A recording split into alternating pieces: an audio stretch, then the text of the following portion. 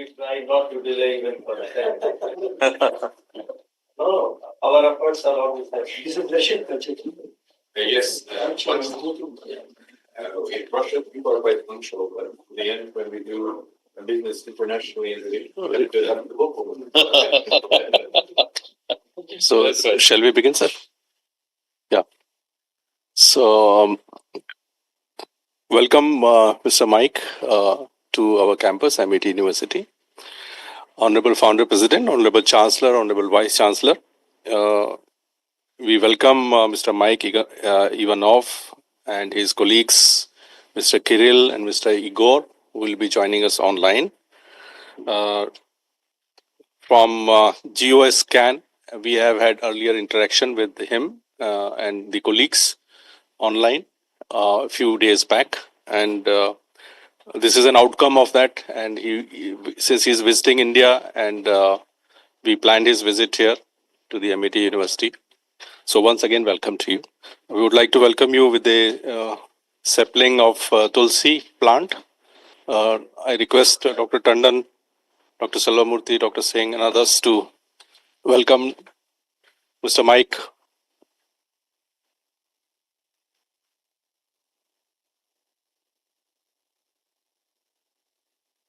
Yes, sir.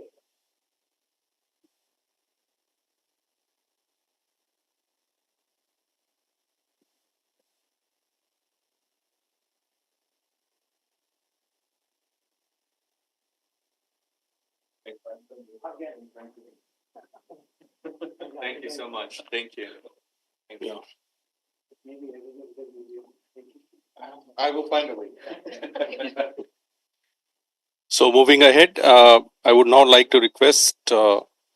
A.K. Singh for his welcome address and presentation on the R&D ecosystem at MIT University. Dr. Singh, please.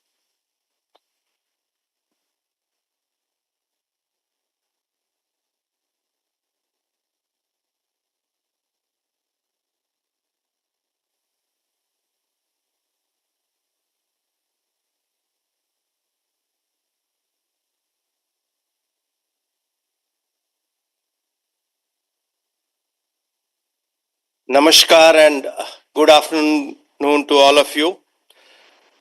Mr. Mike, who is physically with us, Mr. Igor and Mr. Krill, who have joined online or shall be joining shortly online, and Honorable Founder President, Dr. Ashok K. Chauhan, Honorable Chancellor, and respected Vice Chancellor, who shall be joining us physically in a moment, Dr. Salvamurthy, and I think Dr. Shukla, Honorable Vice Chancellor, has joined. Had a pleasure. And my colleagues, ladies and gentlemen, I think during the fag end of the year, but the time of Christmas, today is a great day, a very important day, when two giants who have achieved excellence in their respective fields are coming together and exploring to forge the relationships. And what we expect or anticipate, that the relationship is not going to be additive or even multiplicative. I feel that it is going to be exponential. So that kind of thinking and feeling we have. And the area in which Geoscan has excelled or expertises is one of the important areas, not only for India, even for the world. I think what Mr. Mike, we had been discussing over lunch. And Mr. Mike said that he had a discussion in South Africa, and where he said in next 5 years, you won't have, drones in industry. Even drone would be finding their application and each and every aspect of our daily activity. That kind of percolation drone is going to make in our daily lives. So I think it is right time for Geoscan and MIT University that we are discussing and exploring the collaboration. I think because of the paucity of time, and I will just take you on a virtual detour to MET Education Group.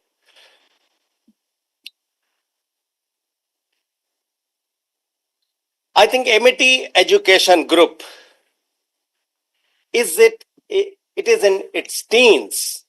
It's a teenager because we started everything in 2005, 1995. And even in its teens, it has indisputably reached to the top notch of the higher education institutions in private setup in this country. And we are making our presence and contributions felt and palpable even at the global level. And it's a happening place. I'm not saying it's a happening place.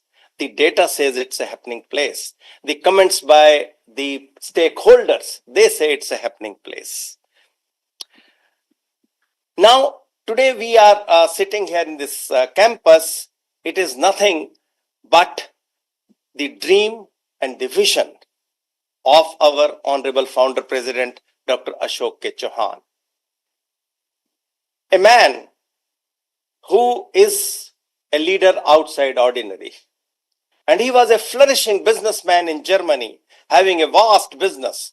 And he thought to do some philanthropy, and he came back to India and started the MET Education Group. And he wanted to contribute in the growth of India through education. And he has remarkably done well. And his dream is to make India the Viksit Bharat. And that slogan which he gave long back. And his industry is, I think, outside ordinary. Because even I can share with you, with the liberty of Honorable Founder President, he had been monitoring this program, not word by word, even by full stop and comma. That kind of interest and guidance he gives and takes in each and every activity. And I can tell you, though we cannot see him, but he is listening and watching each and everything what we are doing.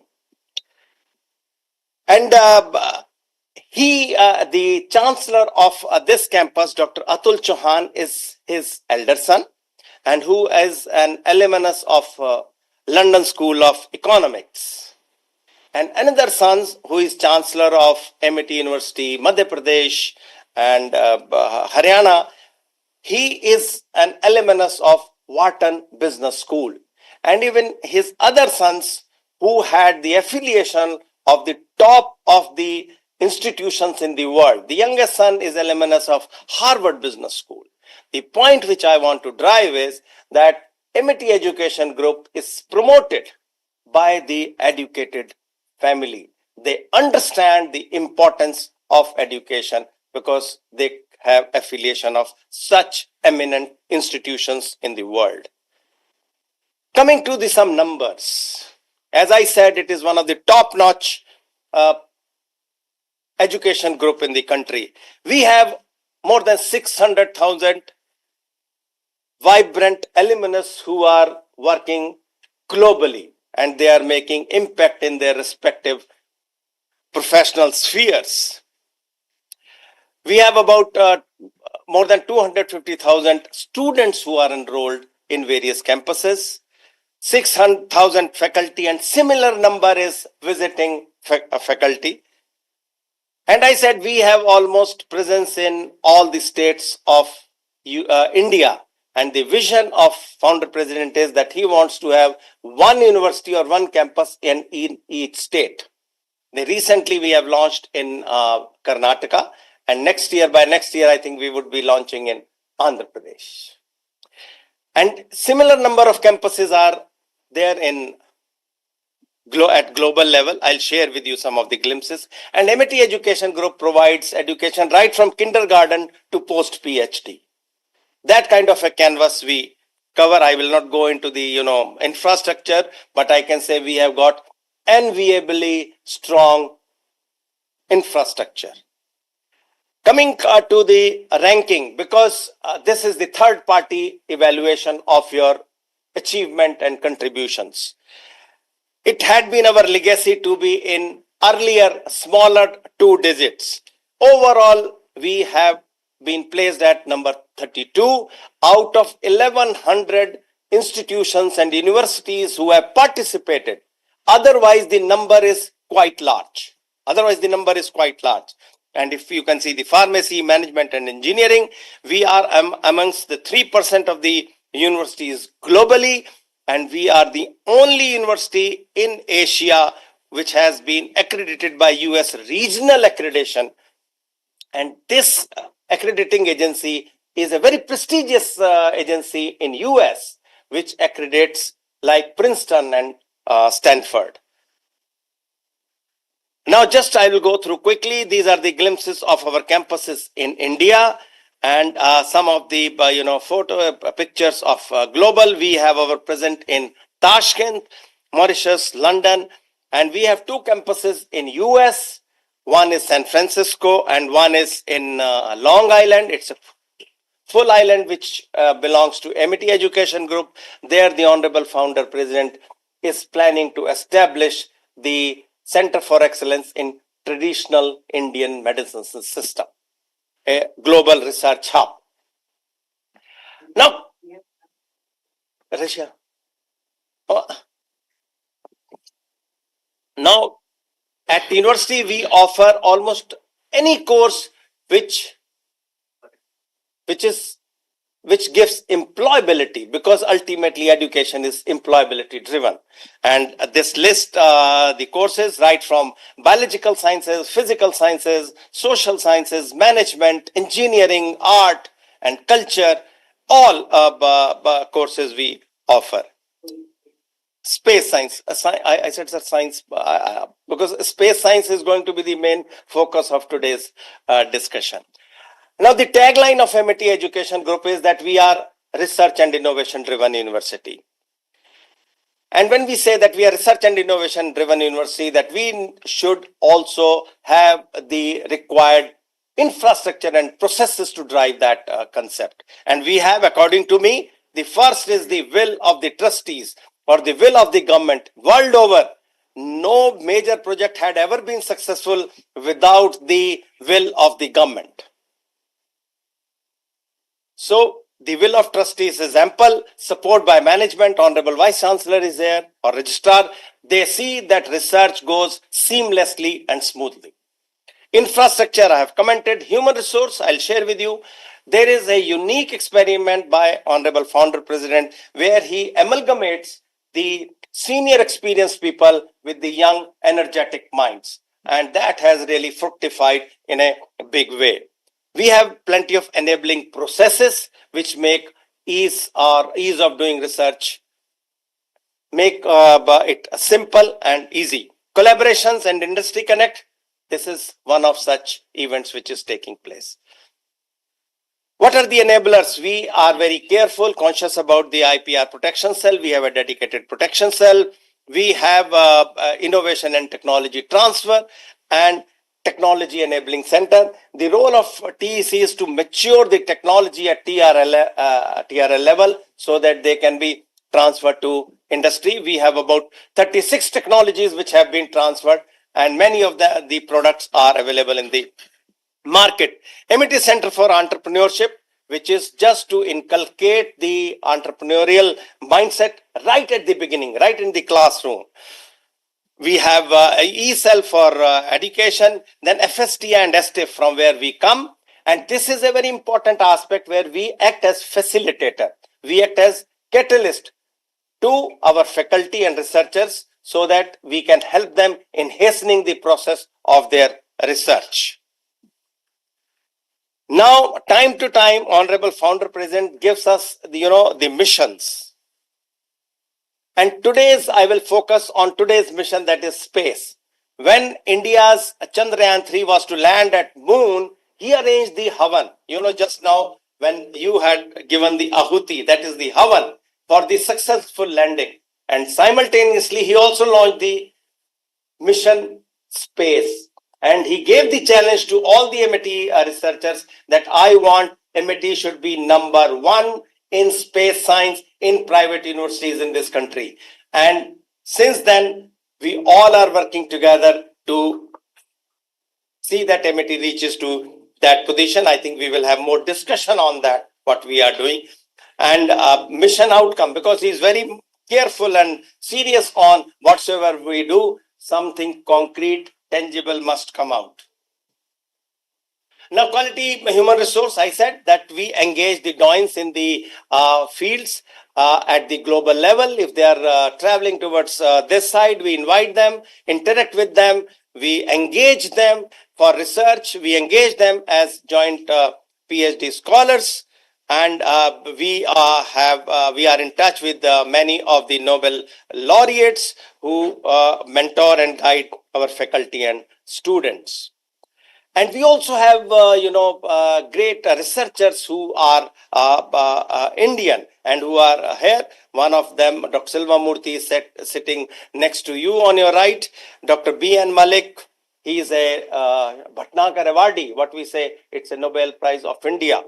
And B.C. Das, who is in human papilloma virus, and Dr. Kothari, and Dr. Kohli. And we also have lot of young fellows. They are the people who have done their postdoctoral fellowship abroad, and they have come back after winning the competitive fellowship, Ramalinga fellowship. And largest number of such fellows are with MIT.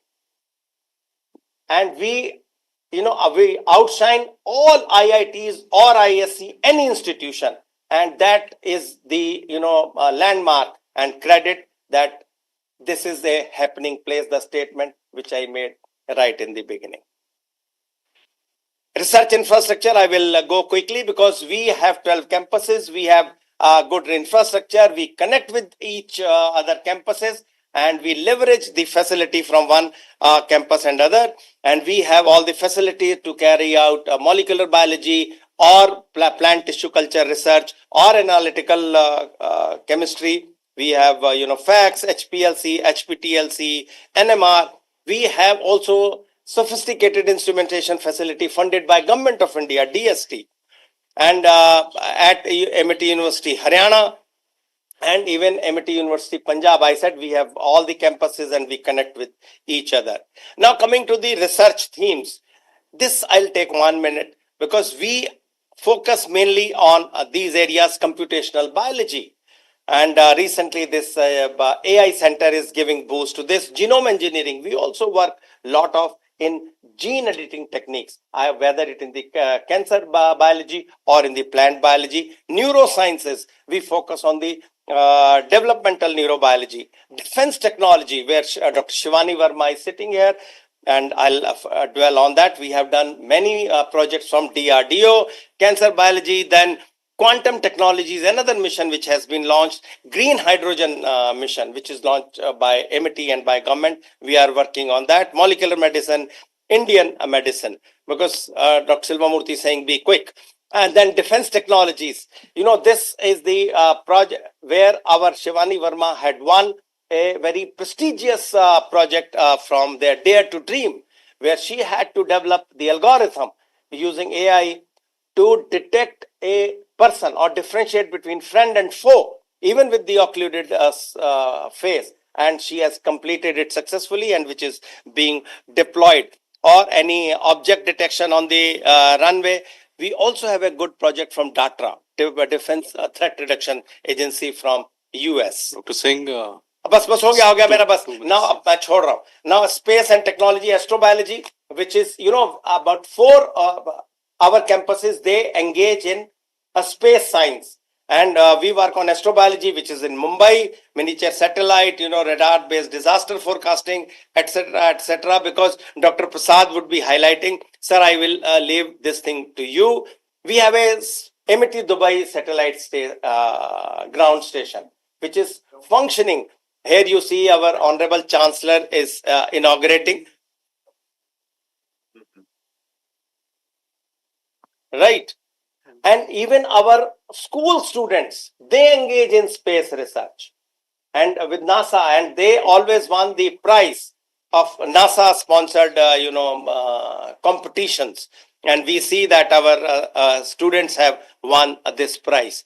And this is the summary what we do. We are also participating in Gaganyaan, when India is planning to put man in space, where cognitive health monitoring, or in the next launch, MET Mumbai is sending the callus of spinach to understand its growth in the space and debris management, etc., etc. Now, quickly, we have a good incubator center. I hope that if you get time, you just make a visit, where we had been incubating, graduated incubators, resident incubators, and virtual incubators. And these are the numbers of various incubators. Now, last slide, almost last slide. So out of this, we are able to publish more than 36,000 research publications in various journals, filed 2271 patents, and 420 patents have been awarded. And our H index is 165, and 35 technologies have been transferred. And we have been amply recognized and appreciated by various agencies, government and non-government, on the IPR. And the first is we got the National Intellectual Property Award in 2020, which was given by the Honorable Minister at that time. We got by Questel, then special appreciation in 22, and recently, 2 days back, we have been awarded by CII for IP Excellence Award in 2024. You can see that our people getting that award. Now, we also go beyond education. We are concerned about the society, and we spare time and resources to educate the underprivileged, women empowerment, generation livelihood, healthcare, and also the research impact evaluation studies. Now, sorry that I took more time and I could not control myself. Now, Dr. Prasad will share some specific about the space science and. Thank you, Dr. Singh. Thank you, Dr. Singh. Sorry for delay. Thank you, thank you, Dr. Singh. Nonetheless, I think you have covered the length and breadth of the university. In fact, the whole universe, MET universe, that what we call. Now, I request Dr. Prasad, Professor Prasad, you're making a presentation. So I think I would request you to be brief, because we have already overshot by 10 minutes or so. So you kindly restrict your, thank you.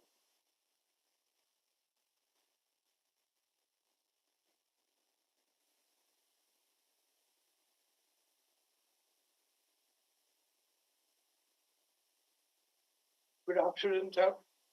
Is it all right? Yes. Good afternoon, sir. And I'm going to cover what in space science and MET as a whole, or AISST, my department, does here in Noida. Igor, are you on the line? Good afternoon. Yeah, quickly. So what we do conduct the courses. There are 3 types of courses, what you have seen: graduate course, postgraduate, and the PhD. We also conduct what is known as short-term courses for a large number of people or the professors from all over the countryside. Our main focus on those courses are space data analysis. As you must have just seen, the biggest AI infrastructure which we have. That is one of the areas which we deal. Most of my research activity at this place is in the space system design, satellite image analysis, space situation awareness, and space data analysis using artificial intelligence and machine learning. I will quickly go through a couple of works which we are doing. We are designing the 3U CubeSat. The entire design has been frozen. And one of the unique things is we are not asking anybody to track my satellite. I am doing it, as I told you earlier, using the ham radio frequency, and which I suggested last time to Igor for your use. Storm of 3U CubeSats are being designed because I am my colleague is one of the partner of the NASA project. That can we have swarm of CubeSats for surveillance or weather monitoring? So she is designing the trajectory for that, and this is one of the part of us. There is a problem with the NISAR satellite that when they are tracking the debris, the range migrates due to the Doppler frequency shift, and they could not do the correction. So we are doing the correction for it. It has already been done and being ported on a FPGA so that it can be delivered to the NISAR satellite after next year, I think. We are also doing one of the very new thing which has been started in our university is, you see, when you are on orbit maintenance of the satellite, especially refueling, that is the biggest problem. Large number of satellite people nowadays. You see that number of satellites like yours itself, 86 satellites are floating around. See, the question is, you run out of fuel if you have not calculated the station keeping problem. And station keeping problem, as you know, is generally very mathematically intensive. So people live it. So we are coming out with a design that we will have a satellite which will do the autonomous docking. As you see, I have written autonomous docking and do the refueling of the satellite which is in the orbit. So a couple of work has been done and it is progressing. One of the most important things for our Gagannauts is cognitive health analysis of the spacecraft. That's one of the problems of the satellites which are floating all around the world, that there is no technique of doing cognitive health analysis. You require NASA or Houston or our friendly people to send the code that you do this. So my colleague and other people are working on this problem. Satellite image analysis, we have done a lot of work with Leti University and NISAR. MAI, Moscow Aviation Institute, and Leti University of USSR. We have done a number of work on this, and that's what I'm trying to see. Debris detection, it's not only debris detection. As you are aware that there is no system to detect the debris which is less than 1 centimeter. So we are coming out with a synthetic measurement of the RCS and collaborating with the size of the debris. If you must be aware, I think Igor and Kirill must be aware of this, that the NASA has got the size model of the debris, which is 10 centimeter and beyond. But it's a very old model. We are coming out with a model for 1 centimeter and less. These are just to show you what we have done on this. This is one of the problems with the swarm of CubeSat, that suppose you want to keep the revisit, constant, like just for an example, I want 10 CubeSat to float over Ukraine all the time, every 1 hour. So then I have to, you can see the design of the debris. I mean, the trajectory on the next slide there, it will work out like that. And this is the autonomous docking operation. I would like to point out that in the second slide, what you see here, this is our new concept. Today, your satellite, when it goes to International Space Station, it is docking based on the 4, LEDs and the magnetic field. What I'm coming out with the pose estimation. So the pose estimation is, I will straight away get roll and pitch, yaw, pitch and roll angles. I can just twist my satellite and dock into that. This is the just representation. The mathematics has been worked out. We are writing the code. Next. This is about the satellite debris. This is the tracking mathematics we have worked out, taking the SGP4. We can share with you if it's required. It is capable of giving the conjunction of about 10 meters distance. Even if a debris is 10 meters away from my satellite, it is capable of giving the conjunction time and the latitude longitude of this with respect to the ground truth. Next, please. Dr. Prasad, 2 minutes, please. 2 minutes. Only one. Please. Thank you. This is about how the system we are designing for our own astronauts, Gagannauts, the automatic health monitoring using smart sensors. And this is the system which is already in vogue. Maybe by next year we have to complete it. Next, please. That's all. These are a couple of work next on the satellite image processing. This is what I said with the Leti University. We keep working on number of problems on the satellite image and image analysis. Next, quickly. This is again, we designed some method that if you have image, like your image is coming in 50-meter resolution, we can bring it to 1-meter resolution. That's all, I think. Thank These you. are couple of. Thank you. I think we can discuss it further when we are having this business Right, sir. proposal Okay. discussion. Thank you very much. you. I would now request Dr. Silva Murthy Thank for his brief comments quickly, and Thank then you. we can. Thank you. So, our honored friends from Russia, Mr. Mike Ivanov and Mr. Kirill Starlikov, the head of Satellite Ground Station. Mike is the Chief Business Development Officer. Mr. Igor Melnikov, the Business Development Manager. First of all, Dobry din, Strasvitse.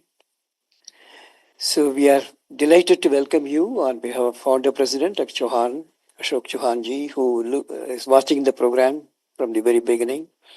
And he has in fact been very keen how to look at what you desire, what you are expecting from Amity, what are your plans for collaborations in India. So we like to learn more from you.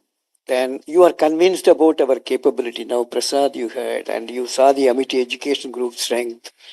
So, and you might have done yourself the search about Amity's strength. That's why you are here. And also Dr. Vinod Kumar, who is now from in space.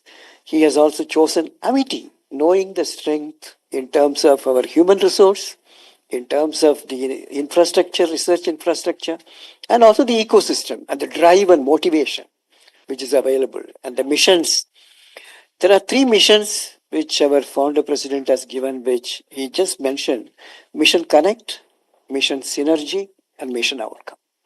So we are now connecting today with a big company, which is Geoscan, which when I looked at the contributions which you have made, be it in the field of UAVs and drones, 2,200 drones, the swarming you have done is a great feat to control 2,200 drones at one stretch. And also you have done the mapping of the polar region using this both remote sensing images as well as the drones, and looking at the resources available in particularly Arctic region of Russia, that Siberia. So we are very conscious of your great strength you have in this as an industry in Russia. And Russia and India enjoys a very strong diplomatic and strategic relationship. And you are pioneers in the field of space. When looking at Russia, Soviet Union, then Soviet Union, you are the pioneers to put the man on the moon, man in space. So I think this is a great country from where your industry is very strong in space, particularly ground stations. And so we are keenly looking forward to the outcome of your visit. And we like to learn more from you, that what do you intend to do with Amity University? What are your dreams and aspirations from India as well as including Amity? And then what is the model, business model you are looking at? So primarily, we like to learn from you these aspects.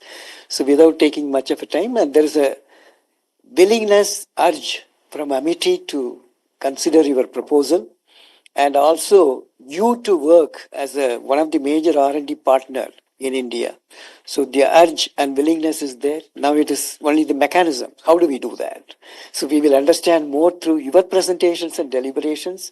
So I hand it over to Neeraj Sharma to conduct. Thank you, Dr. Silva Murthy, for your brief comments. And we have had uh, discussion during our lunch time. We tried to understand things from Mr. Mike. Welcome his colleagues also, Mr. Kirill and Mr. Igor, to this online meeting. They are attending online. So I think now the floor is open to Mr. Mike for his presentation and his colleagues. I think there are 3 presentations. Welcome again. Thank you very much.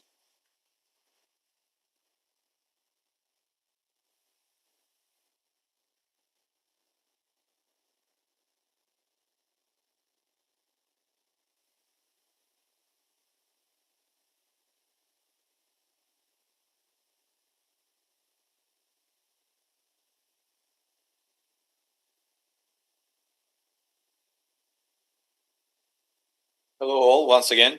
It's a real honor and pleasure to be here to meet you all in person for the unique campus of Amity University that I'm the pleasure of seeing with my own eyes. I hope soon our relationships will grow and I will get a chance to see all the campuses here and internationally. Dr. Balvinder Shukla, Dr. Swamuti, thank you and all the esteemed colleagues, thank you for welcoming me. I will take just a few minutes of your time to tell you about Geoscan as a group. After that, we will comment specifically on our space projects for those who were not in our first discussion, and we will talk about the projects that we have in mind to do with Amity. I would love for that to be an open discussion because this is an opportunity for us to engage and find the right synergies to connect and further to proceed to the next missions of Amity. So we started off 13 years ago as a small organization working on UAV solutions in St. Petersburg. It was just a small group dedicated to aerial mapping and photography solutions. And if you fast forward to today, we are one of the largest drone manufacturers and space solution providers in Russia. We house more than 1,000 people. We have our own manufacturing facility in St. Petersburg. We are opening another manufacturing facility in Moscow and hope to grow our relationship with India. Here are just a few examples of our UAVs that we manufacture fully from A to Z. This is our proprietary technology. It's important to mention that our focus has always been on mapping monitoring solutions. Each and every of this solution is actually tailored to different sectors and industries. And we also work very closely with universities on learning and growing the expertise in different industries. An example of that is our relationship with Civil Aviation University of Russia. With them, we have a dedicated bachelor program, which was prepared together with them, using our UAVs as a reference point as a full bachelor program. We work with more than 20 universities in Russia, providing them agriculture drone solutions, industrial drone solutions, mining drone solutions, so that the students get the opportunity not only to learn in the classroom regarding drone and space technology, but also with actual hands-on experience. And to the right, you can see our educational drones. So these drones are used in more than 5,000 schools across Russia as part of the school curriculum. We have, together with the Ministry of Education of Russia, prepared a curriculum for drone education in schools regarding assembly, programming, and control of the drones. So students from high school get the opportunity to experience drones in school. We also create our own software. So all types of software required for simulating drone operation, processing the data, geospatial data, AGI soft metashape is also our solution, used in more than 100 countries, 140 countries actually, sorry. And of course, all types of trainer and simulator software, which helps to train the personnel and train the students. We engage in diverse services for each and every sector. As we discussed, very soon drone will be part of our everyday life and every industry that you can think of. Here are just simple examples of what we do for agriculture sector, for multispectral imaging, for NDVI index analysis. We do complete digital terrain models of whole cities. We do fantastic cultural preservation projects where a drone flies in a cathedral, a church, any object of cultural heritage. And after that, we construct a complete 3D model. These 3D models are published publicly and available for every interested person. And we work on this preservation of cultural heritage. All types of thermal imaging, drone shows, laser scanning, and solutions for electric sector. When we talk about educational ecosystem, currently our solutions are used all across Russia. into thousands and thousands of schools, into dozens of universities. And the 30,000 pioneers are the little drone educational drones that I mentioned. Students get the opportunity to study them in school. We host fantastic championships in drone races. We host and teach the children even to create the drone shows, because we manufacture drones for entertainment, and teach children learn how to create great drone shows.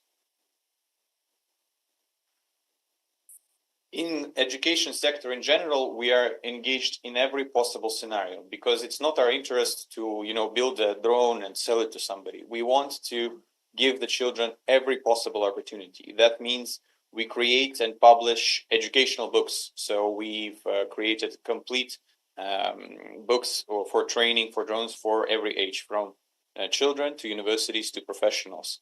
We host workshops and competitions.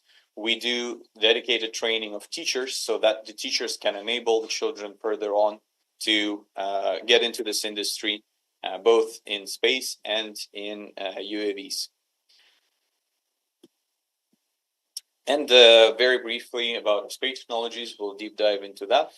So for us, the operations on the ground and UAV drone monitoring was not enough. So we also needed to get into space. So we started to manufacture our own CubeSat satellites. We now have 6 satellites in orbit. Recently, we launched another batch together with Roscosmos, which is the Russian space agency. And 1 unit is used for essentials and control of the satellite, and 2 units can be used for useful payloads. We do X-band communication transmission, and it's possible for the CubeSats, it's possible to have 2 communication channels. One is for the control of the satellite, and the second one is kind of a sandbox where students can experiment and try to fetch telemetry data and put other requests to the satellites. So we always enable the educational institutions to give access to students to engage with the satellite, to do even special tasks like photograph their city on the day of their dates, and this kind of activity students can do using our CubeSats, which are in orbit. On the second side, you can see our vision, the larger satellite that we are building right now and will be launching in 2025, together again with Roscosmos. This already will have more professional and business applications. It can be used for linear resolution of 1.5 meter, and the next phase will be sub-meter resolution for Earth remote sensing, and for satellite communication with 250 Mbps channel. So that's something that we are working on and will be live within next year. Our solutions are used globally. We don't narrow ourselves only to Russia. We engage with every partner possible. Even with the changing geopolitics, we believe that research and education should be accessible for anybody, doesn't matter wherever you are. So we really look forward to work with Amity University to bring great technology and to grow the relationships between our countries. Thank you.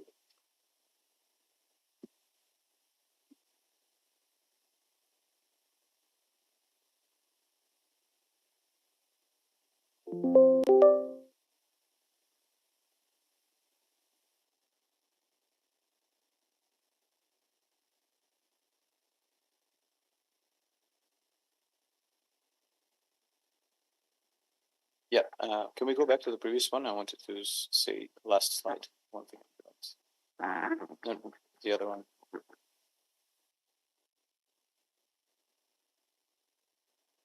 Yep. This one. Yes. It's just small examples of our feats of achievement that we have done both in Russia and internationally.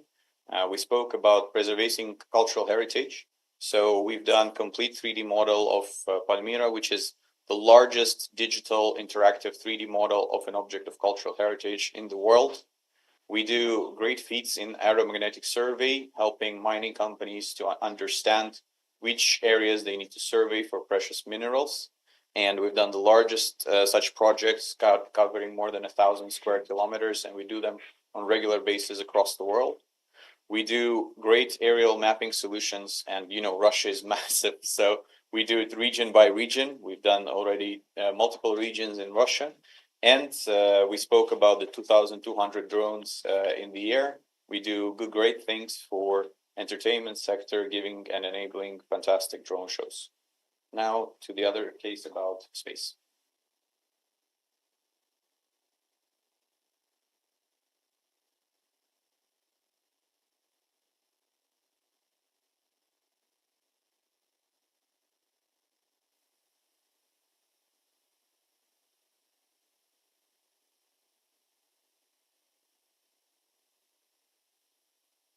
Just to quickly brush up on everything that we do in space technology. So in 2021, we started to prepare for this industry, and we launched our first, you can call it an MVP, minimum viable CubeSat, MVS, minimum viable CubeSat. It was our first experience. We launched it in 2022 from Baikonur, and it was a purely educational purpose that has been our focus since then. It is a fully self-developed platform manufactured in Geoscan facilities. How many days? From the idea to the launch, the idea came to us in 2021, if I'm not mistaken, in early. Then it took another half year to go through it, to get ready for it, and then another half year, about 9 months to manufacture, and then all the preparations for the launch after that, to be launched in 2022 in August. What is the life of this? How many days is that very functional? On average, it depends 3 to 5 years. This specific one is already, I think it's still in orbit. Kirill, the MVP, is it in orbit or not already? It is deorbited later, in early this year. Yeah. It was in orbit in 1.5 years. It was in orbit and then it deorbited. Thank you. What is the payload you have put in this satellite? What are the payloads? Kirill, we will have a separate slide for that. So I think just a moment. Yes, it was. No, it was a propulsion system with a gas propulsion system. It was GNSS receiver and technology camera, which has made hundreds of photographies and send it all over the world for radio amateur, ham radio amateurs around the world. Even Indian radio amateurs have received images from the satellite. Was the launch also done by your own system, or you went to? For launch, we partner with Roscosmos, the Russian space agency. So they launch multiple batches of CubeSats. So we do that with them. Thank you. So here you can see the examples of our first CubeSat. How do you mobilize the resource for building this? Who finances this? It's purely financed by Geoscan. Okay. So it's an internal development. We of course get support from the government, but the pure idea came from our founder, Mr. Alexei Semenov, and we actually have a separate student bureau. We call it Student Construction Bureau, which we engage for every step of the way, both in space and the UAV sector. And how do you make use of the data which is coming in? Does the student use it, or do you commercialize that? Because very valuable data coming in, which is wealth. So how do you make use in terms of knowledge generation for students? The other one for commercialization of the data for various people who will use it. So the CubeSats that we have launched so far were launched for universities as clients. So we do not commercialize their data, but they use that data for educational purposes, and the data is open in our Sonics network. Kirill, can you give more details on the educational applications, please? Yes, of course. As I said already, we have paid really big attention for education applications for this satellite. So we are working very closely with radio amateurs, which are sometimes are even school children and students are ham radio lovers, and also we are working tightly with school children and universities for in terms of receiving data, in terms of getting some information out of this satellite data, like images, like telemetry parameters, and etc. etc. All the information which are coming from this from our satellites. The resolution you get 1 meter or sub-meter? No, for the This very simple camera. What is the resolution on this smaller cameras, Kirill? This from in first satellite was only technological camera, so it was really low resolution, around hundreds of kilometers. So it was like to capture Earth surface in large areas of Earth, large regions. But the 16 unit one, the one that we are launching this year, this one will have a resolution of less than 2 meters, 1.5 to 2 meters. What is the altitude at which you have positioned this satellite? This one will be launched next year, but the previous were at an altitude of about 500 kilometers. 450 to 500. So yeah, it is Earth orbit, not low Earth orbit. 50 to 500. Which Satellites are there. 86. Yes, lower. Yeah, I'm here. yes, Kirill. Resolution is around 50 meter, 100 meter. It's for education. Educational purpose.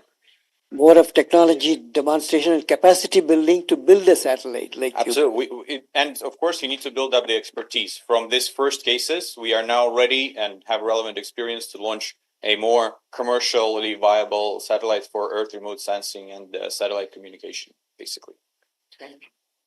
Thank you. Thank you, Kirill. So we've already launched, as we said, multiple satellites.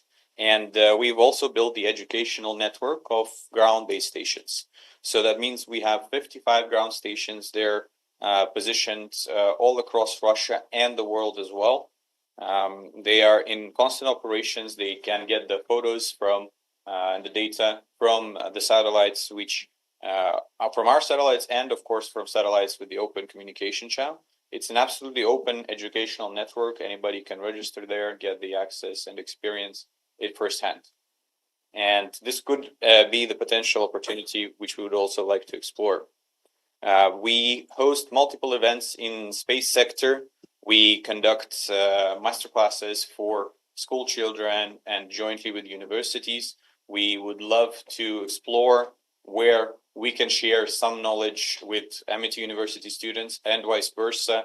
Welcome you on the sites of our partner universities in Russia and do fantastic experience and mutual learning exchange. Okay. Actually, we keep getting Russian students here in our immersion program as well as in the school program. We get many students from schools, Russian schools come here. Fantastic. All right. So as we spoke, the purpose is to launch the first 16-unit satellite and, of course, to grow the presence of our UHF and X-band ground stations, which we'd like to discuss. I think we can proceed. If there is more interest, we can review the 16-unit platform. Please feel free to ask questions if you have any. And these are actually the CubeSats that we have now and the payloads actually that we have. As you can see, the GNSS receivers. In terms of power supply, you also use solar panels in this? Correct. It's solar panels. Thank you. And actually the further list that we'll be actually launching with multiple partner universities as our clients to be launched in 2025, more and more. Please, any questions? No. These universities, particularly this MET. Yes. It is in Merit Institute of Engineering. Same. These are Russian institutes. So once, yes. So Maybe Moscow Institute of Education. That's why I was getting bothered. Only in Russia. yeah, so the universities in Russia are our clients for the CubeSats. So we develop and launch the CubeSats for them, so they can engage them for their students and research. And you say there are 50 such universities in Russia that. So for the CubeSats, you can see that we have six in orbit, 5 for institutes, and 3 more coming. The 55 ground stations are installed in multiple locations, including universities or even most remote schools. So for remote schools with limited access to funding and resource, we bring the base station on our behalf to just share and experience the knowledge. So 55 mostly educational institutions, both schools and universities, where the ground stations are set. And you train the personnel over there to run those ground stations, and then how the students, who is going to monitor those kinds of things, So we provide the complete training. They can do basic maintenance. Of course, if there's any critical issue, we can fly in our experts for more advanced maintenance. See, as an industry, when you are doing this capacity building in schools, universities, you need resources to do that.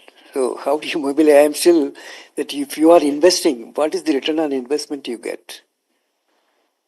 You have to understand that. Let's take the example of UAV and drone industry.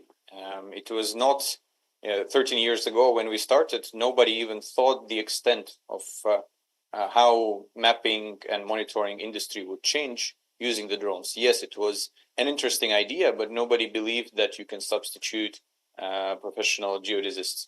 And now all type of surveilling is done specifically with drones, and that has given a big boost to our UAV business. But it took a pretty long time to get there. So Mr. Alexei, our founder and visionary, he thinks not in a some short-term gain. We believe in dozens and dozens in years of ahead, and that is why we are ready to invest to grow our in-house capacity, to have the dedicated teams and resource required, to have a 3-year journey to just get the ample expertise which is sufficient to launch a commercially viable satellite. But it doesn't stop us, and we believe that enhancing education in the end also benefits the business, and that is the reason why we're doing it. So we appreciate the your philosophy of your founder as well. Thank you. So thank you very much for your presentation. Since you have in the number of schools and universities, you have set up that. What percentage of students they take the interest, and also how many students then go for the employability later on from the universities in space science or in the drone industry, in the various sectors?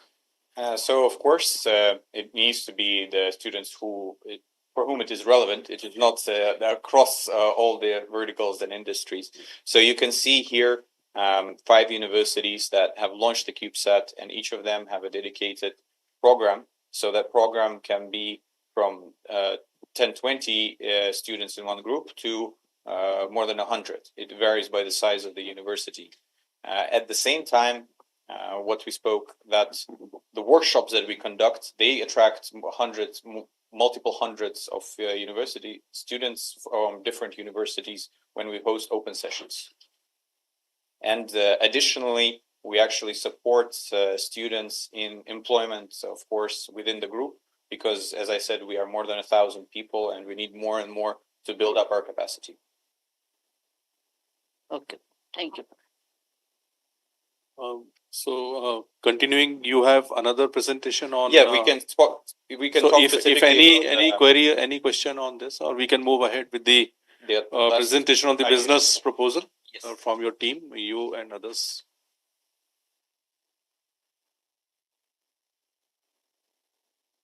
We could also see Igor.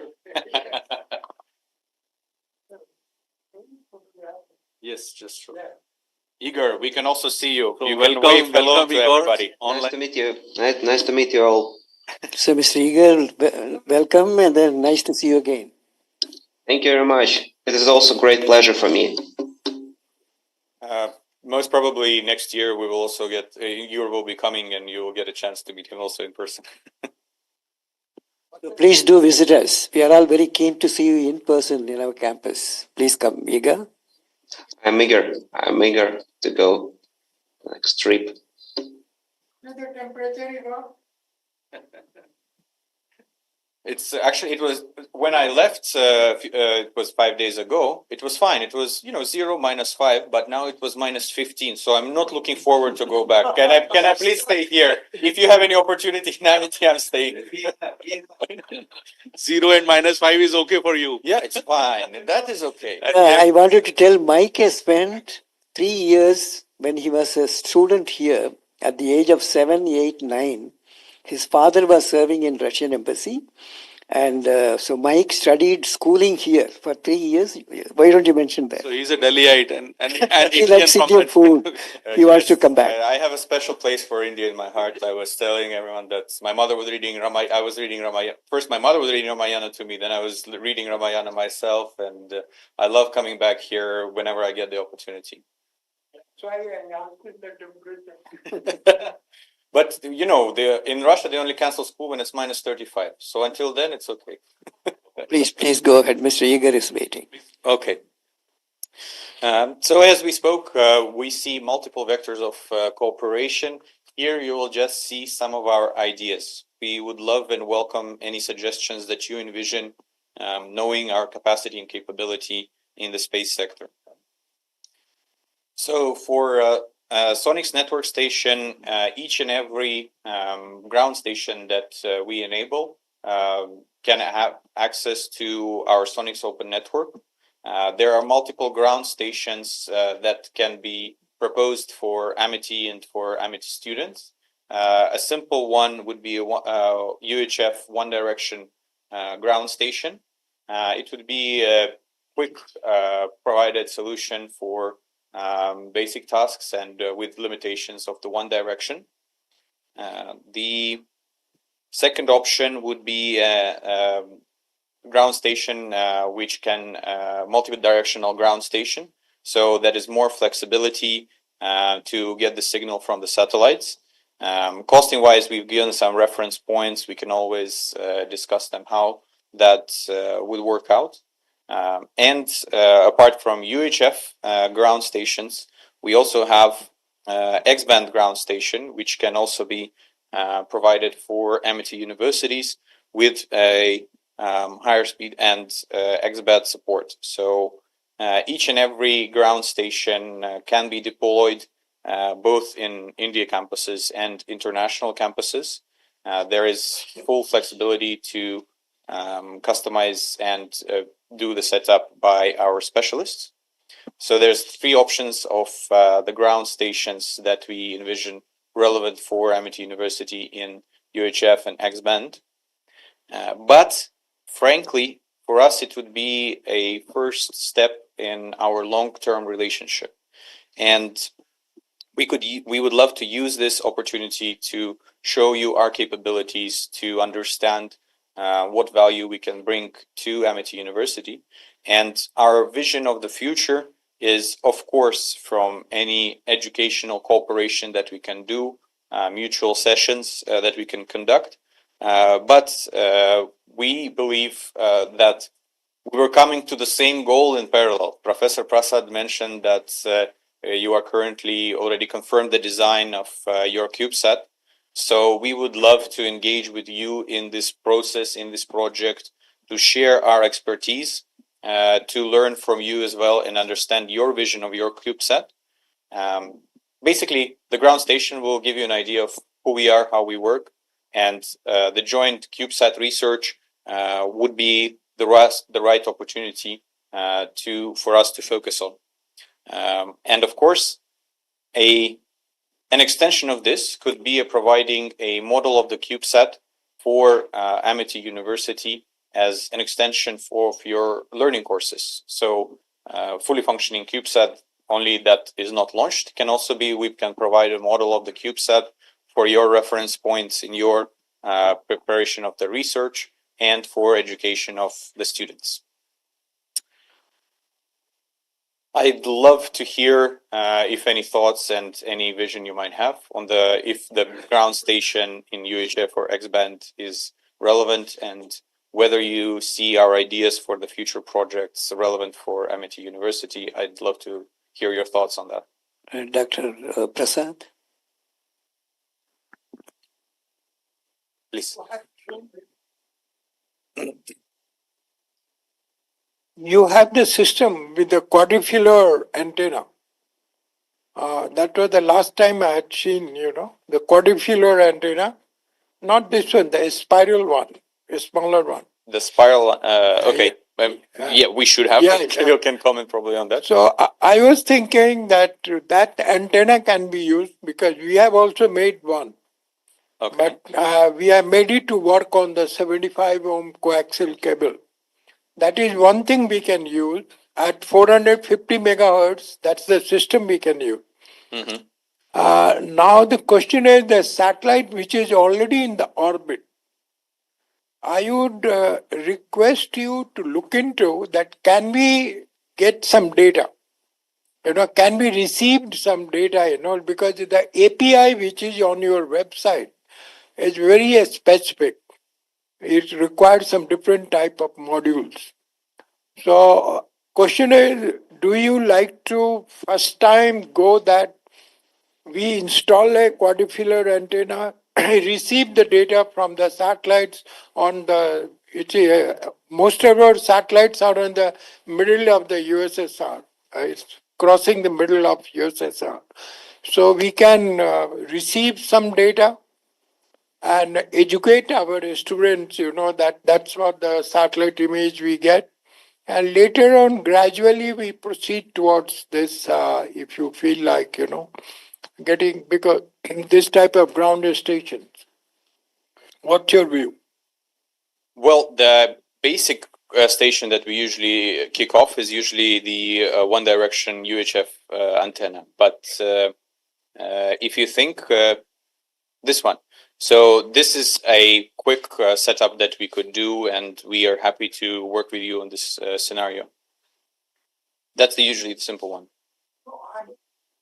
Just asking, to do the entire thing in steps. Okay. Suppose I have this antenna. Okay, I have different type of Yagi antenna, then I have patched antenna, then I also designed the parabolic antenna, which is lying on top somewhere. Mm-hmm. My request is, suppose we have this antenna only. Can we get an access to a couple of your satellites so that students can learn how the data comes down, how the image looks like? Then we proceed further in whatever you are suggesting. Absolutely. That we are on the same page on this. Yeah, great. So the purpose of this ground station is to connect to the satellites to be able to fetch data and to conduct multiple tasks with it. Kirill, any comments from your side on this scenario proposed by Professor Prasad? Prasad? No, for Kirill, I'm asking. Kirill? I guess no additional. Yes? Yes, so of course, it is your proposal is very I think rational. So it is good to have gradual steps to achieve good connection in technology. So with this antenna, UHF omnidirectional antenna, you can achieve to receive. First of all, receive multiple satellites which are orbiting not only Russian satellites but also any international satellites which are working on the band of 70 centimeter band, 2 meter band, etc. And also, with setting this antenna and connecting the station to the Sonics network, you have opportunity to schedule any observation of any satellites on any other station in the world, in Russia, in any station in the world. So this is a great project, great opportunity to receive and connect to the space. Sunita Datta? Yeah. Dr. Datta? that there was also a question before, what is our end goal for bringing this ground station? And the answer to that is very simple, because you can also conduct engagement with the satellites and get the data using the other ground stations in this network. That is the purpose. Very simple. Dr. Datta, because he will be one of the major user of these data sets, which will come down. We had a small interaction in my lab just now. So we now, as I would mention, that we have compute power with us, and we have adequate, training. Adequate expertise to train.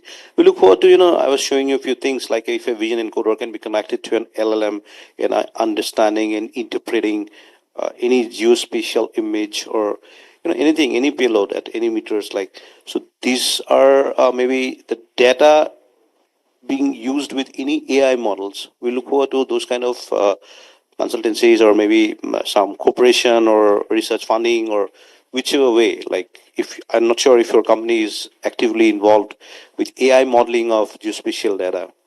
So that's what we look forward to. And we have expertise of, anything, any multimodal AI, like computer vision. I was explaining you one proposal we are preparing for a Respond Basket, like any geospatial data when you are putting it inside an app, in our software, it'll generate a report on your own.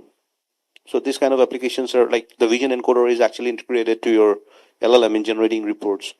So if those kind of applications are, it's in your interest and business, we look forward to that. Or any data, for example. We are okay with any data, a time series data, a log data, telemetry data, high resolution data. Anything which is of your interest. Yeah.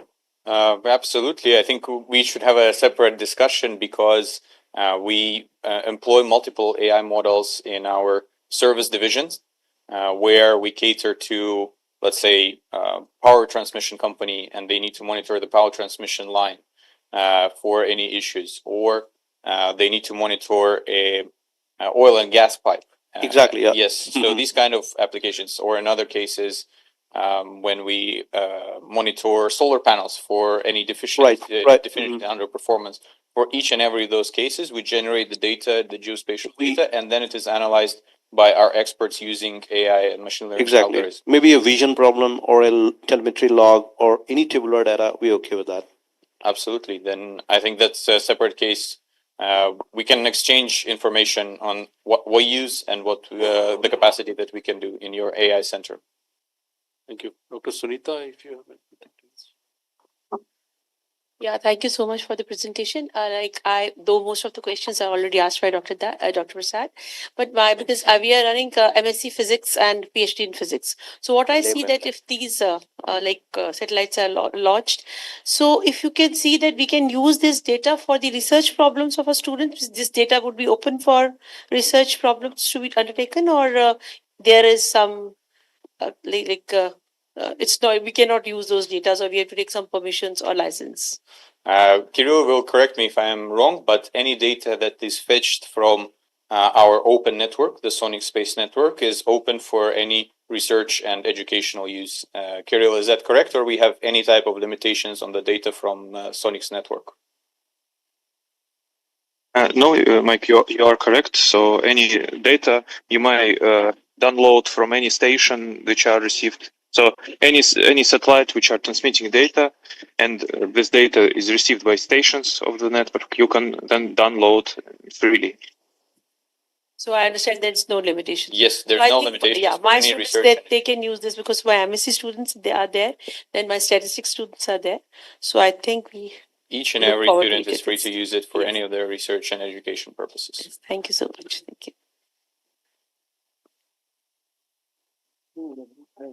I got a question. Yes. Kirill, can you hear me? I think yes, I can hear you. Yeah. You see, when you see your list of 86 satellites, you have different names like KP72AB at the rate of 65 meters. That's the list, Now, why I have asked that I can use the quadrifilar antenna which we have is 95% of your satellites are using that antenna. So my request was that suppose we have that antenna and we start receiving from any one satellite some data and educate my people that yes, what is the relevance of having the satellite or the 3U CubeSat and what are the image processing? That was my question, you know. Can you go to the image of the satellites which you had? You know, the dots, blue dots. In the previous deck. I'm, May I request Mr. Mike to sit down, please? Sure. Yeah. no, you had that blue dot on the globe. Yes, yes, Actually, it was slide. I had the photograph, but I forgot to bring it here. Scroll There was a down. satellite. This one probably. Yeah, Yes. this one. Kirill, you can see the most of your satellites on the center of that. Now, please keep it that. It was. These are not satellites. Yeah. These are not satellites. No, they are showing the path or something. These are the ground stations where they're sitting. Ground, Yes, these are the ground I may mean that only. What my request is that if you go little up in the map, our country is below this, you know. So I was intending that can we receive couple of these ground tracks data and try to find out what we can do about it. Okay. We can, I can talk to you later on, but through email also. Mike, Yes, of course. Thank you very much. We can talk. Yes. We, of course, if you will set up station in India, in Amity, you can receive data from the northern stations in Russia, in northern regions, and you also have southern, very most southern station in this network. Yeah. Mike, when we talk of data, this data is only of satellite images or some other, let's say, magnetic flux, electric flux, or radiation data. Am I clear on that? May I answer your question? Okay. Yes. Mike? There are different types of data which can be received by these like stations, and it is mainly depends on which data is open by satellite owner. So if satellite owner is open its protocol of satellite, the data which contains in telemetry can be decoded and then presented in terms of data of the electric, magnetic sensors and sensors, etc. All the satellites from universities which are made on Geoscan platform are opening their protocol, so all the satellites will have any data, any scientific and any technological data about magnetic field and electrical power systems, etc., all open and may be used in different works, different educational works or scientific works, and there are examples of this. Some there are examples of universities from different countries using data from our satellites to make scientific work. Krill, if I have understood correctly, it means any data which is captured by the satellite, it will depend on the specificity or the purpose of the satellite. One, that it captures the data, be it the images or magnetic flux, electric flux, or the radiation flux. Then the permission at the ground station, because ground station will capture all the data, but then the permission Suppose we as a university as a test case, so but we would like to have permission to have access to all the data, and not in the present scenario, even in the future, if Geoscan has many satellites, we would like to have the permission to have access to all the data, and so that we can utilize the data for our research and academic purposes. Just your response, because if I have understood correctly. Okay.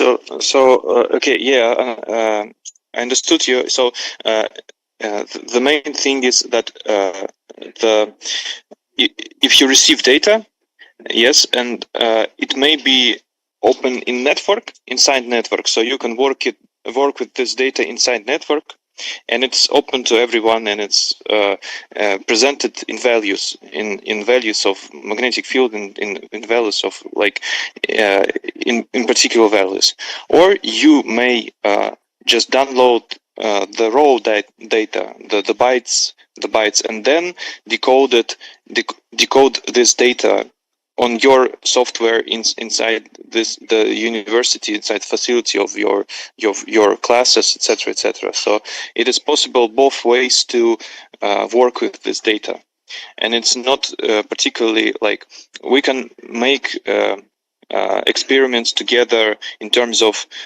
even if data is not open in network, you can decode this data in a facility of university, of Amity University, for example, or data which are received in the stations might be decoded and work with for in some like Russian students, or like there are possibility. There's any possibility and any path we may take to work with the satellite data, and it's no barriers in this case.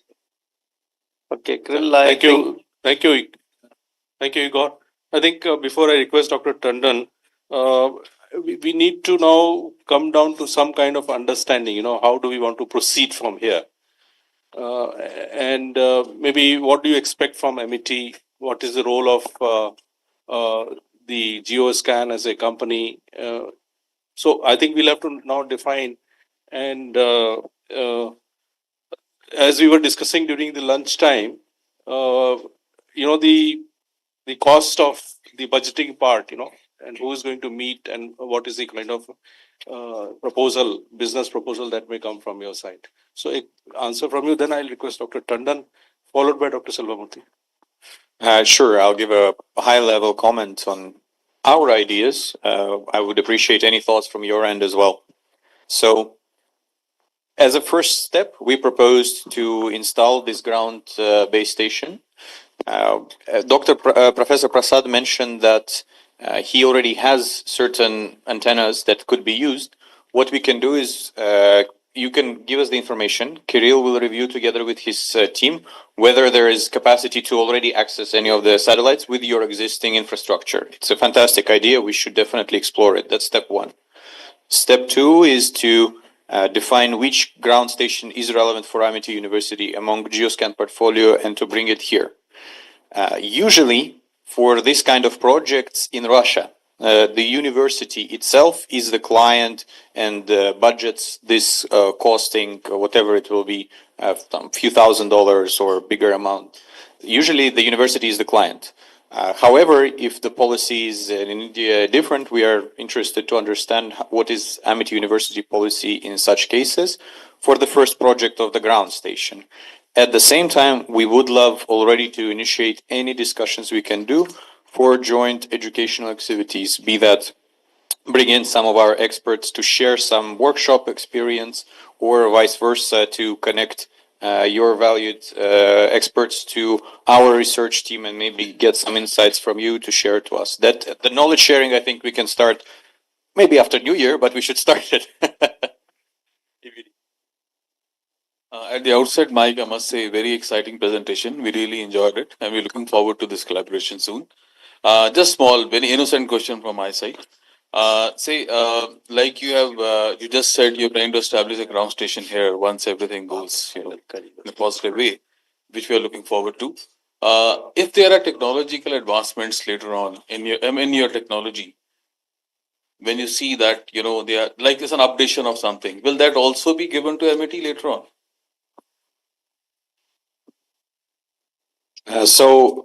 First, by default, our network is open and regularly updated. That means that if there's another satellite from which we can fetch the data in open network, by default, MIT University will continue to receive the data from even the new satellites connected to our network. And you saw 55 ground stations. We will increase the list of these ground stations. So you will also be able to fetch the data via these new ground stations. In case of additional drastic jump in technology, and it will definitely happen very fast. We are happy to upgrade and bring newer solution to MIT University. Thank you, Ivanov. I just have, since you are talking about business development, I thought of putting a few thoughts on your mind. The first is, since you are looking to have a foothold in India and having a Amity has pan-India presence, almost in all states we are there.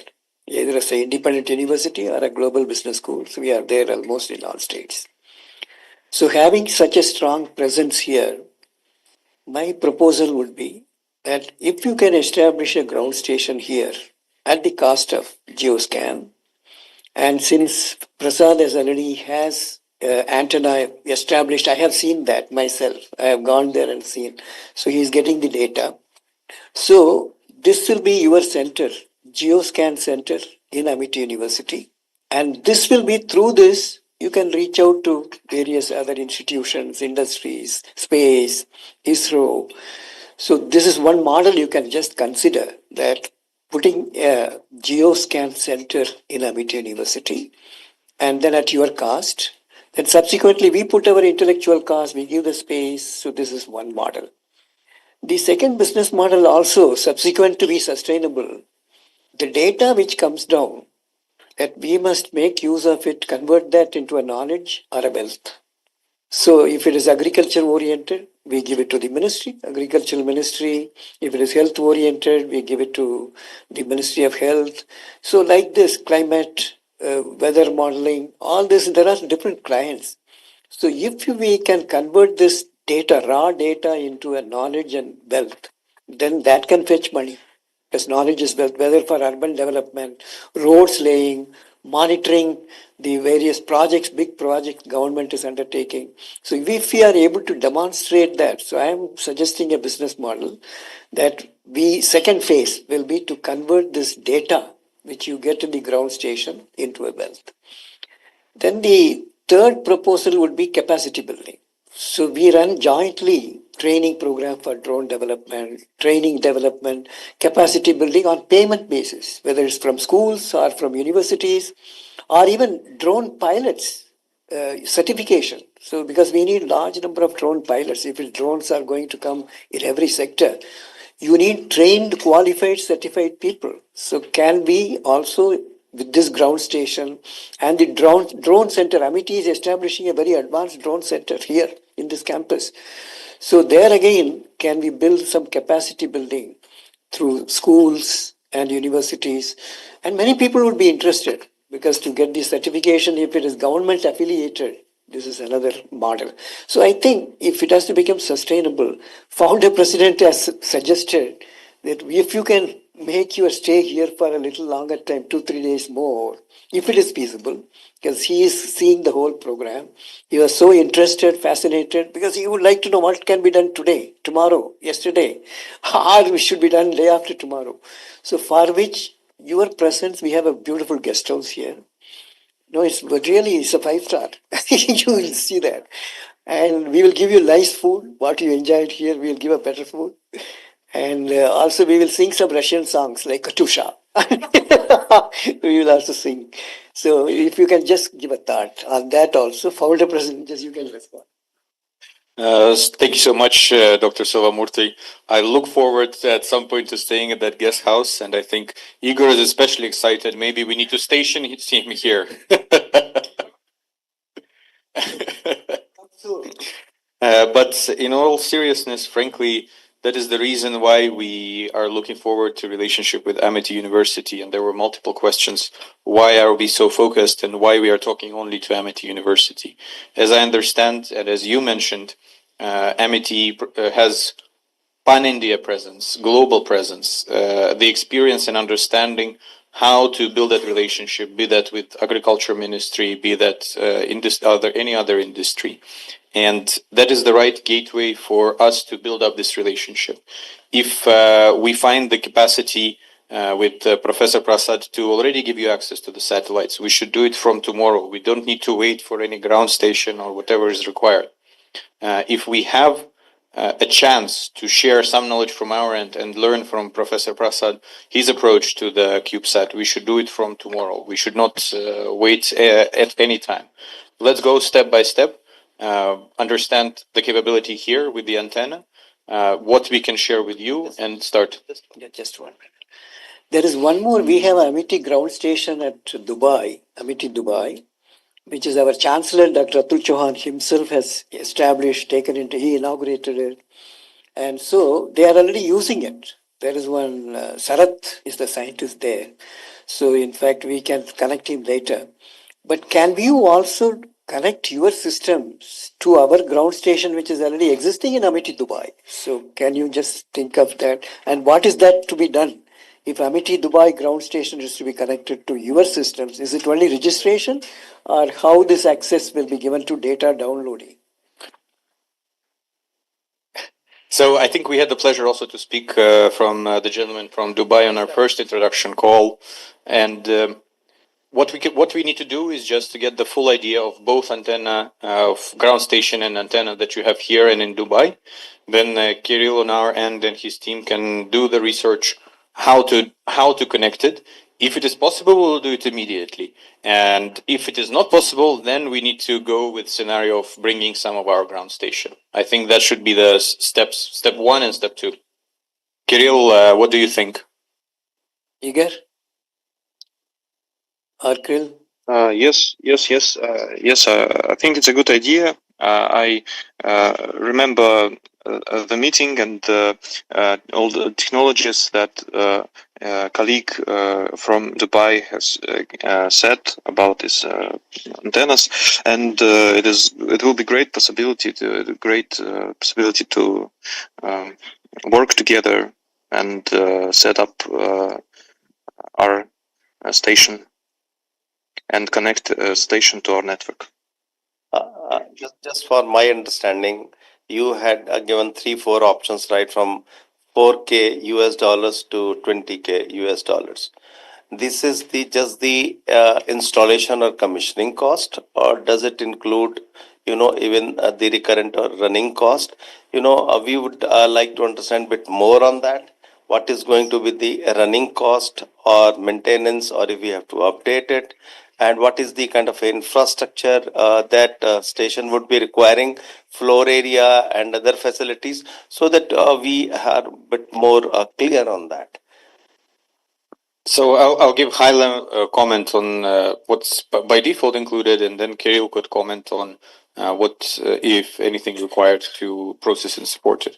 So the quoted price that we have given includes bringing the station, installing it here, and whatever updates future will be happening within the Sonics network, of course, by default will be coming. But at the same time, and we will, of course, as we spoke, provide every possible training to basically maintain it. But Kirill, could you give more details on maintenance? What may be required in terms of maintenance of the ground station? And any running cost, just high level idea, what you can share. So the first level, which is omnidirectional antenna, it is really autonomous and can work years without touching it. And the main issue is the noise, radio noise, and it might be it might need a radio filter to set up in the station, so the signal you can see and receive signal If so, we have the filters. We have low noise amplifiers with filters, which are maybe used with which may be used with this type of stations. If we talk about the second type of stations, which are stations with rotator, so it may need some work with the rotator, but it is also autonomous. It should work around 2-3 years without even touching it also, but later it may need a little bit of maintenance, which are not really huge. It is just need some oil change and etc. etc. So and antennas also should work autonomously without really really maintenance. Yes. Yeah. We also, Mike, we also had a discussion during lunchtime about regulatory requirements, from ISRO or other, institutions in government of India and maybe from your side. I think that needs to be also brought in when you make a business proposal to us, and this has to be defined very clearly as to what is the way in which we have to proceed further from our side to take clearances, or from your side, the responsibilities and roles. So what I would propose is to narrow down, at least I think we've found a way. Either we take your existing antenna and infrastructure and understand how to connect it. And then second scenario, if not, then our ground station. So now we've narrowed it down, and then we'll be speaking to Dr. Vinod from InSpace for their guidance on the final steps of how to get this going. So this meeting already got its first fruits. So may I also suggest that if we can now, based on the discussion, maybe you may like to have your internal discussion with your business group, maybe looking at the business model, and also that if we can make for each proposal, what is your business model which you are looking at in terms of roles and responsibilities of Geoscan, roles and responsibility of Amity, and the welcome Vice Chancellor. We are joined by our Vice Chancellor of Amity University, Maharashtra, Mumbai. Thank you, Santosh Kumar ji, for joining. Good afternoon, sir. Good We afternoon. have three of our very distinguished friends from Russia with us from Geoscan. Right. And we have Mr. Ivanov, Mr. Igor, and Krill who have joined online. And why don't you just say a few words about your association, your contributions, seminal contribution in the field of space from your university? Yeah, welcome to the to Amity, the August dignitaries. So I am Professor Santosh Kumar, Vice Chancellor in a campus here, Amity University, Mumbai. It's a Mumbai campus. We here have a Center for Excellence in Astrobiology. This center was started 5 years ago, and two major significant events that we do is we have an analog station at Leh, Ladakh. We do the analog workstation expedition every year, and this is being sponsored by Amity University. This year we completed during September. We had 20 of the participants. We had 3 of international participants. We also have participants from ISRO. Other than that, we also cater to the need of the students in academia. We do a MSc Astrobiology course.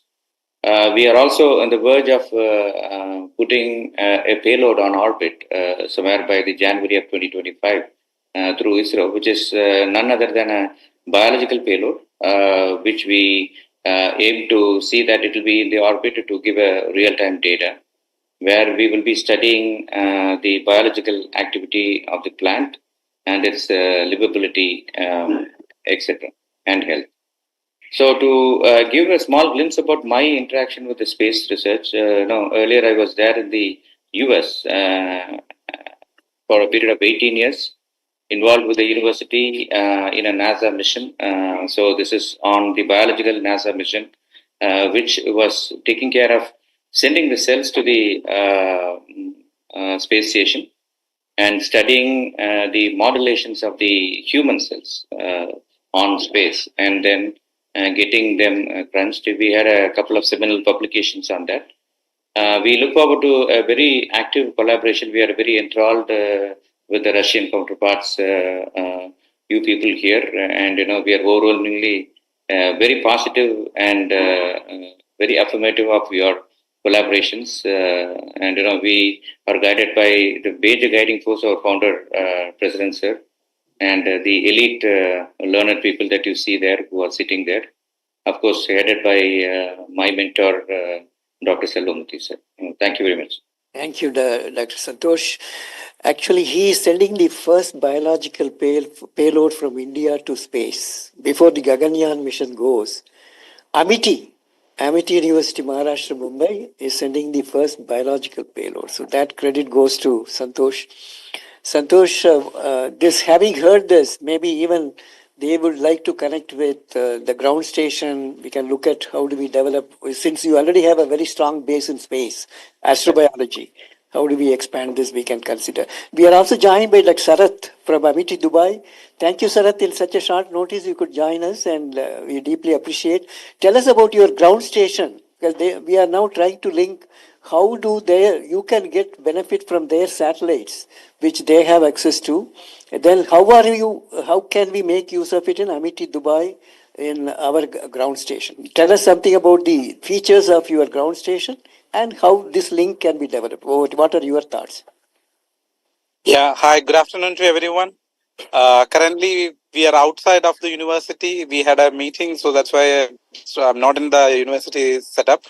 We are outside for a meeting, and I would like to thank the founder president, sir, Selvamuthi, sir, and the entire team for providing the opportunity to represent Amity University, the Dubai Satellite Ground Station. And I would like to specify that we are call sign of A68 Alpha Uniform. So basically, the approved call sign from TDRA of UAE, and we are collaborating with Mohammed bin Rashid Space Center and UAE Space Agency for different types of applications, in the sense like remote sensing. We have done many analysis on vegetation analysis, water analysis, land surface temperature, war crime investigation, and so on. And very recently, we are collaborating with US Space Agency for Martian spectrometer analysis, basically in terms of ice column distribution, auroral formation, and mineralogy analysis. In collaboration with the US Space Agency and Mohammed bin Rashid Space Center, along with we are collaborating with the Dubai municipality for different types of remote sensing analysis.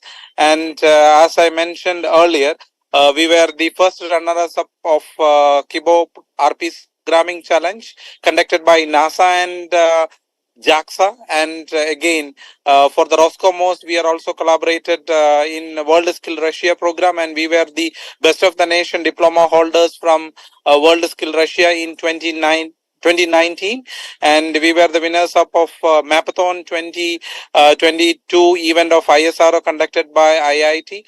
So in terms of collaboration opportunities, as we have discussed earlier, we are looking for VHF and UHF communication facilities, and more than that, we can collaborate in terms of X band and S bands and radio astronomy. These are the collaborative efforts which I am looking forward from this collaboration, sir. Thank you, Founder President. You only suggested them to get them on war footing. Immediately they joined. And Dr. Santosh and Sarath for joining immediately. Just make some thought.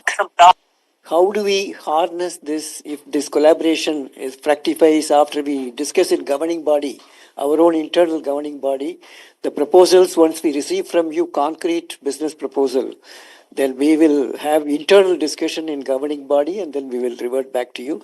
So you people can make some thoughts, Sarath and also Vice Chancellor Dr. Santosh ji, that you just start thinking that how do we harness the potentials of this partnership so that can be sent to Founder President. So we will take it forward. Sure, sir.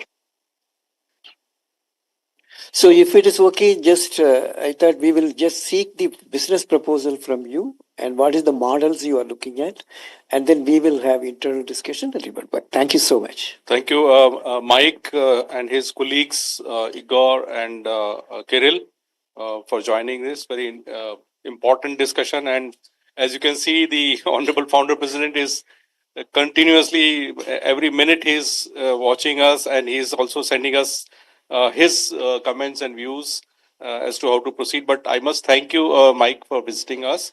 And as the next step, I think we need to have a business proposal, whether you want to use this facility here and upgrade it or whatever, or you want to bring your facilities over here.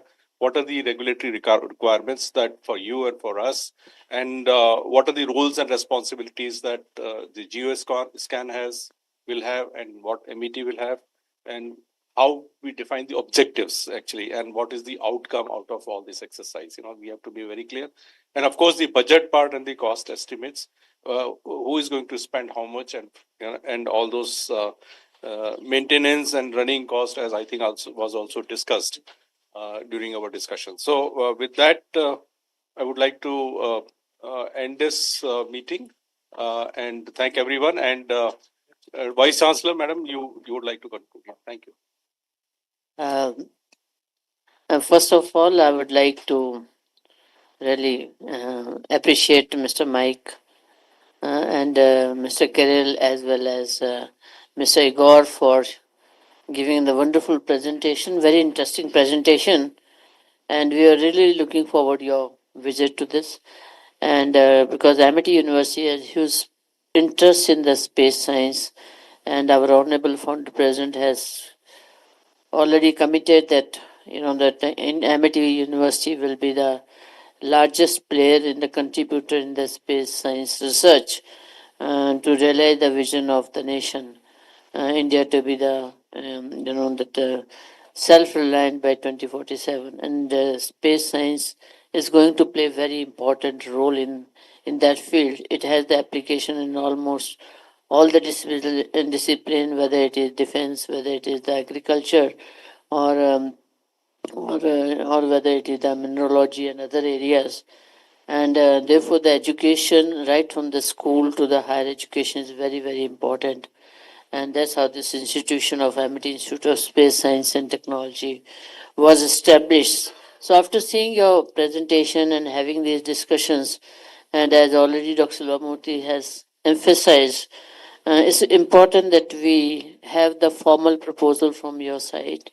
And because we also have the certain capabilities, but understanding the way forward for the mutually rewarding, the long-lasting relationship, which is beneficial to the both the organization. Also, because this is the one area, even the Russian universities and the Amity universities can collaborate for many things, because where you already the ground stations are there, so that partnership can also come between the the Amity universities and the Russian universities, and which can also lead to the lot many other opportunities, the student exchange and the joint research and many things.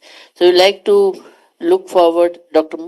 Silvamurthy has already proposed one model, but there can be the multiple models, and therefore we would like to have your proposal, which then we can internally discuss. And then also, because this is the one thing, also the sensitive area, so maybe that there will be some regulatory requirements from your country, could be from Indian, the Ministry of Defense, or from the other areas, so that also we know, and especially from ISRO. So I think that Dr. Vinod Kumarji from InSpace, who has been the great well-wisher and connected, his guidance will be very, very important in this field.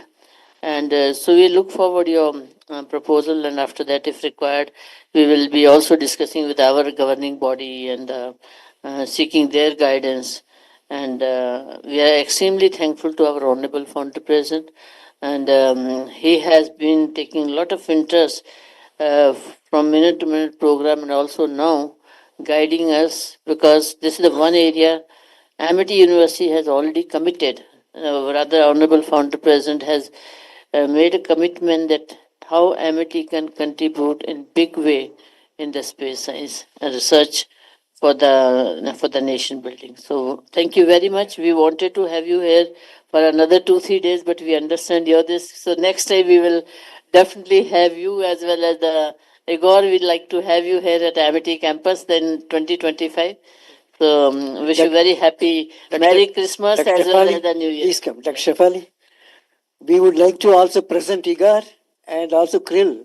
She is the contact who has coordinated the whole program with you and also with all of great, us great here. clap for Let's Dr. give a big Shefali clap and to her Shefali team. Kashyap. They have done a wonderful job. They have done a We have wonderful Isha job for this. Sood, Kamakshi, and also Komal. Sonal. Sonal. Only to please So come, please. Shefali is the main person and she will get in touch with you. She will coordinate with you directly and in the space. And then Prasad will be our nodal, in terms of institutional and technical expertise is both Prasad and Shivani. So let's give another clap to Shefali Kashyap once again. Thank you. Now some mementos we want. I would like, Yes. last word is from Mike. Thank you. Thank you so much for welcoming me here, for all the effort that was done into our preparation, all the trust that you have put into us to consider this opportunity. And it has been honestly an eye-opening experience because uh, I had an idea of what Amity is, but seeing the AI capabilities, seeing a very nice sign about future drone lab, which is very interesting for me, of course, and understanding on what can be the synergies. And I really appreciate that this conversation, this meeting, it was not a formal presentations. It was an open discussion. It was a joint search on ways of cooperating, and we believe in a very long-term relationship. So thank you all for welcoming me here. Look forward to do great things. Thank you. Can we bring the felicitations? Can I get it back? The white bag, please. Madam, I would request you and others, Dr. Selvarmurthy, come, Dr. Transition.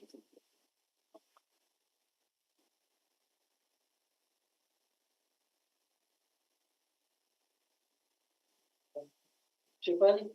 Yes. Shefali.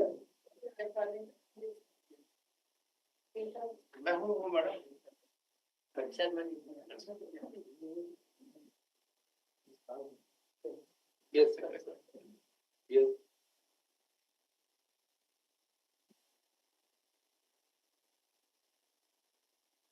Thank you. Come more often. Absolutely. Look forward to seeing you. There's a lot of weight in your luggage. I have space.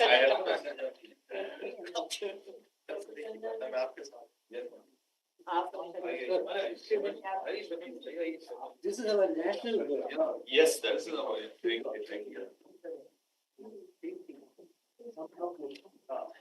Shefali is going to present a big elephant. Thank you. Yes. Thank you so much. Thank you. I also did not come empty-handed. We'll have a few small things. So there is just a calendar for the future year, for the many things that we will do in the coming year together. And a happy, prosperous.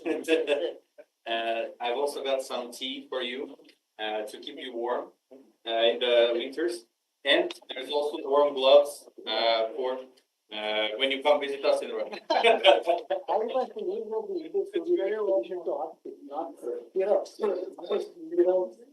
Now we have an expedition to St. Petersburg to our premises. You're all already invited. That's for you because you're going to be that coordinator. For the whole year. Thank you all so much. Thank you so much. Thank you very much to all of you for the faculties. You people are the prime movers. Thank you, Dr. Pilka and also and Shivani. Unfortunately. But next time I will stay for a long time. So Shefali will be in touch with you. Thank you. And also that we will have the understanding. He is a brain for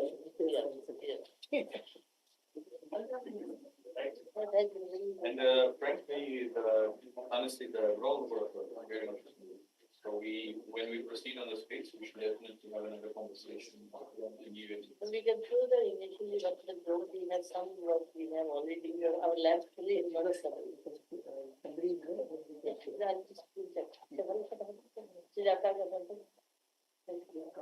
that is going to be in the center of excellence. A lot of schools are working. Our schools have their own startup, and they are supplying to the many companies. So maybe the human can go out. That can arrange alumni also. I said, that's why because there will be some opportunity for our alumni. Absolutely. They are in advanced technology. No, he's supplying to defense and medical places. These are alumni supplying to medical just from our alumni from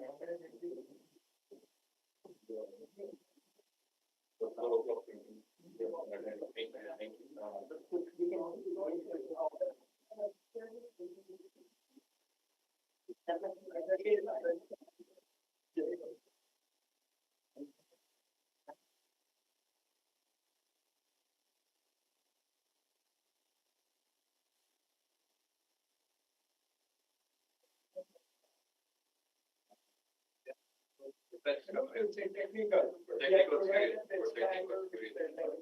Yes, so I think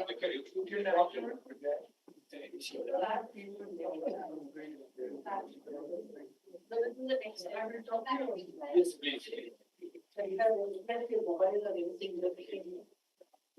My bag is there, yes, please.